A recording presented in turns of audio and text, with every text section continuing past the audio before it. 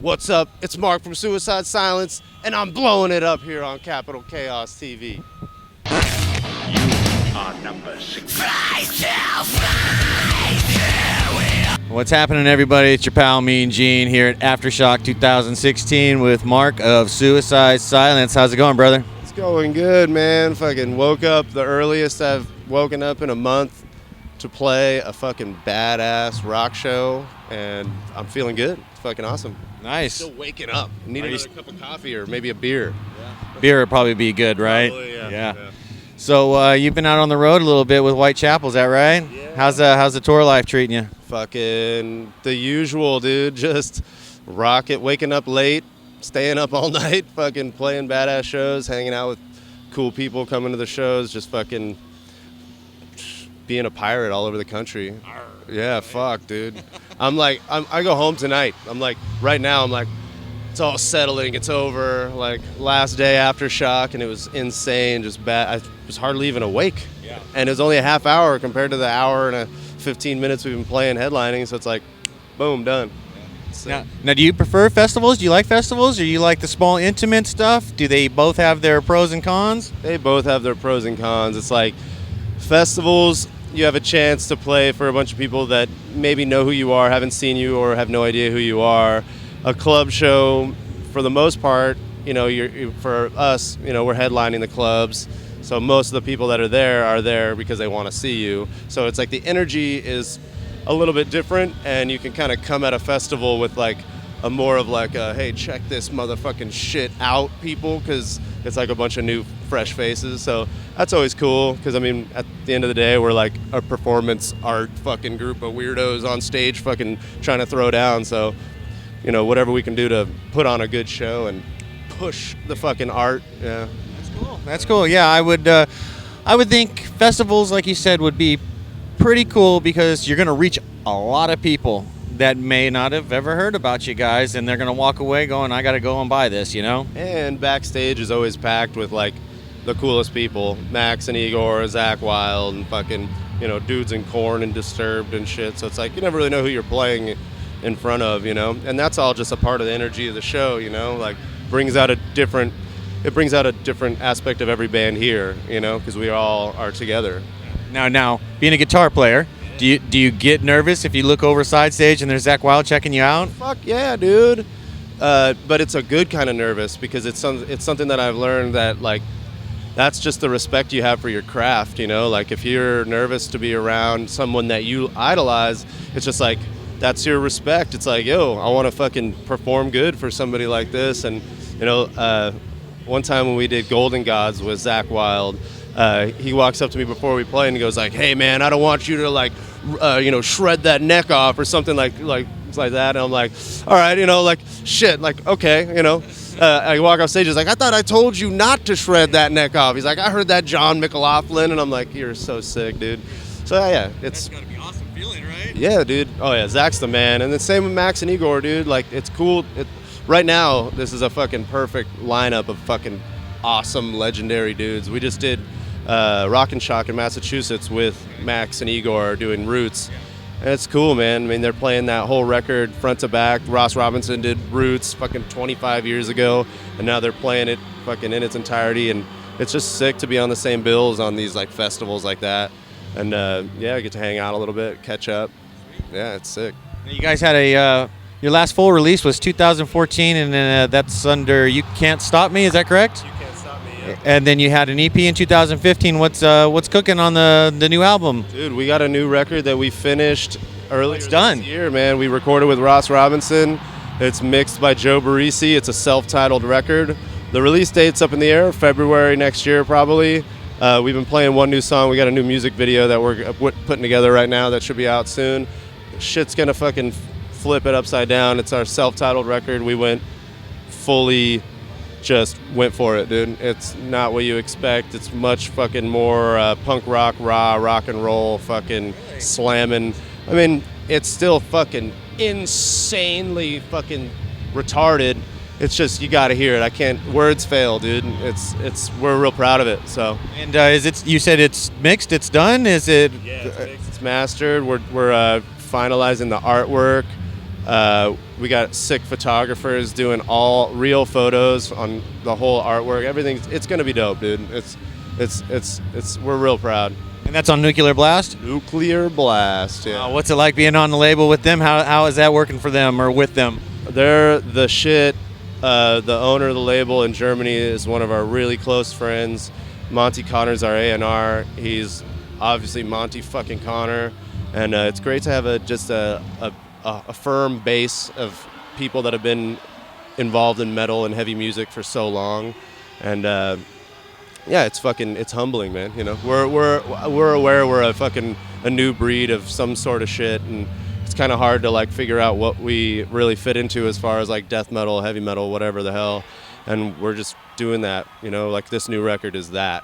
So, and Nuclear Blast let us do whatever the fuck we want. So like expect some fucking weird shit. Awesome. So they didn't have their fingerprints too much in on it. They let you guys do what you do, and I guess you couldn't ask for anything more, right? Well, I'll tell you that when you finish a record and there's ripples of shock, and it takes a while for it to subside and go back to normal, it gives you a good feeling like you created something that really made people think and made, you know, just made people fucking feel, you know, and talk amongst, and then finally it's like, all right, we get it, you know. It's cool. What was the writing process like? Collaborative? Is it over the last year, 2 years? I mean, yeah, you guys out on the tour. I mean, you guys have been touring around the world. Do you write when you're out on tour with each other, or we always are like trying to gather, you know, inspiration and put together ideas, but not really writing songs, just kind of getting a vibe of maybe a feeling that we want to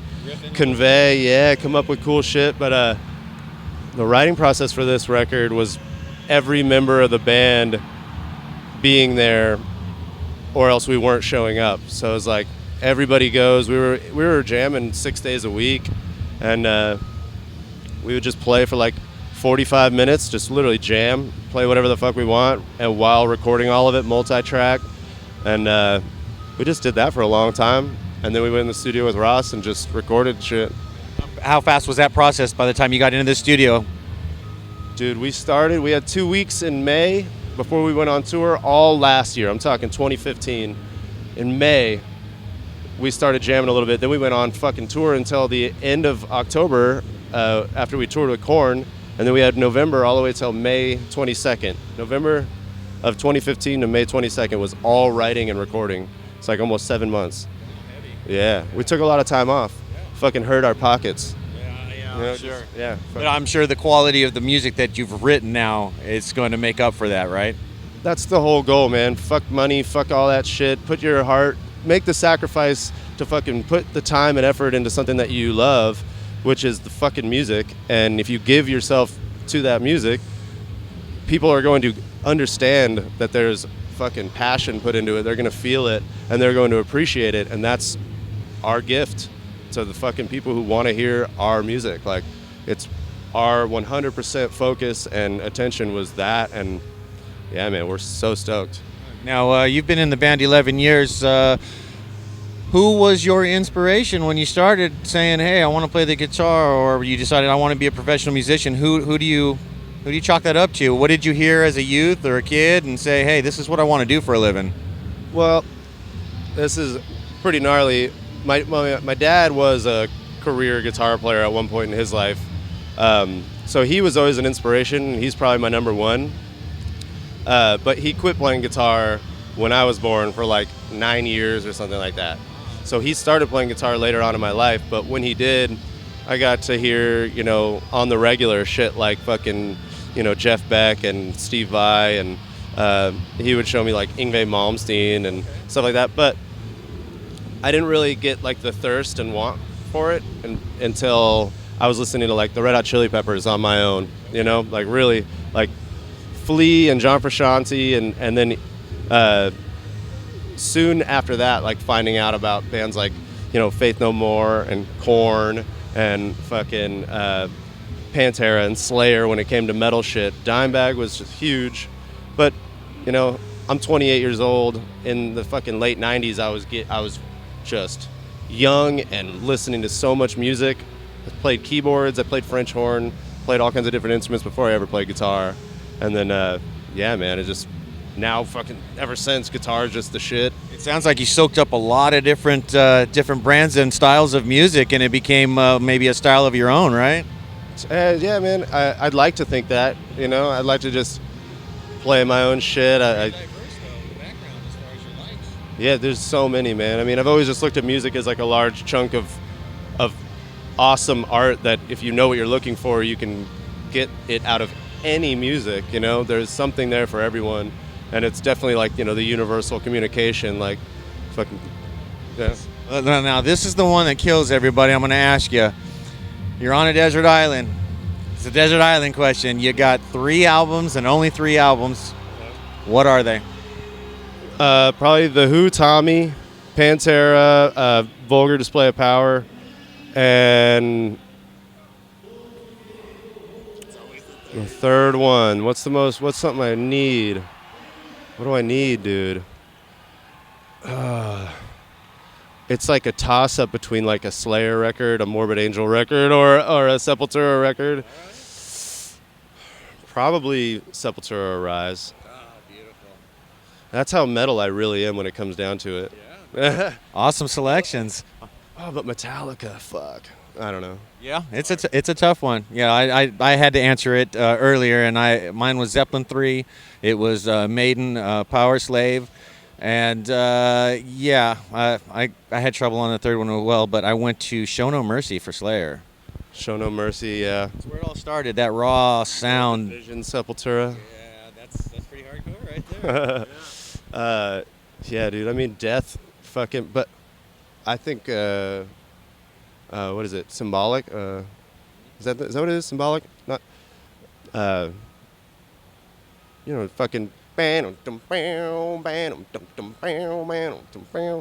shit's fucking. I can't deny Death. No. Chuck, dude. Yeah, my favorite album, Spiritual Healing. That's the one. Yep. It's so crazy to listen to that music, knowing where it's like coming from. Yeah, I got part of that, a college radio show introduced me to that East Coast movement of that Tampa Bay area death metal back in the day. And as soon as I discovered that, it was all over with, man. It opened up so many genres for me. Yeah, dude. Fucking, my friend is a producer down there, Jason Sukoff, and he's like the #1 fucking Florida, like knows everything that's ever happened there. It's fucking awesome. And he produces all these sick ass fucking records, you know, fucking Black Dahlia, Job for Cowboy, Whitechapel, fucking Trivium, you know, all this shit. Yeah.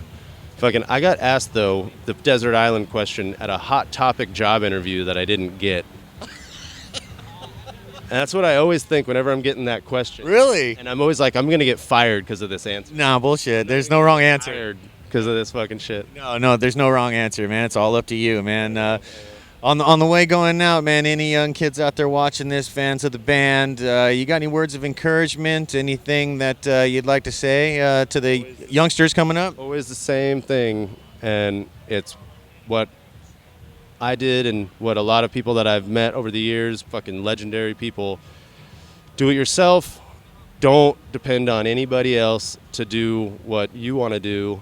No one's going to do it for you. There's nobody that's going to come and fucking, there's going to be a contract that magically puts people at shows or, you know, makes you a successful professional musician. It's about what you do to make sure you're doing what you want to do and creating what you want to create. It's up to you. So do it yourself. Fucking love it.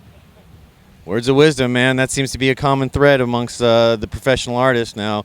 I am Mean Gene with Capital Chaos here with Mark Suicide Silence. Look for their new record, February 2017. He says it's going to blow your mind. Get out there, support live music, support these guys.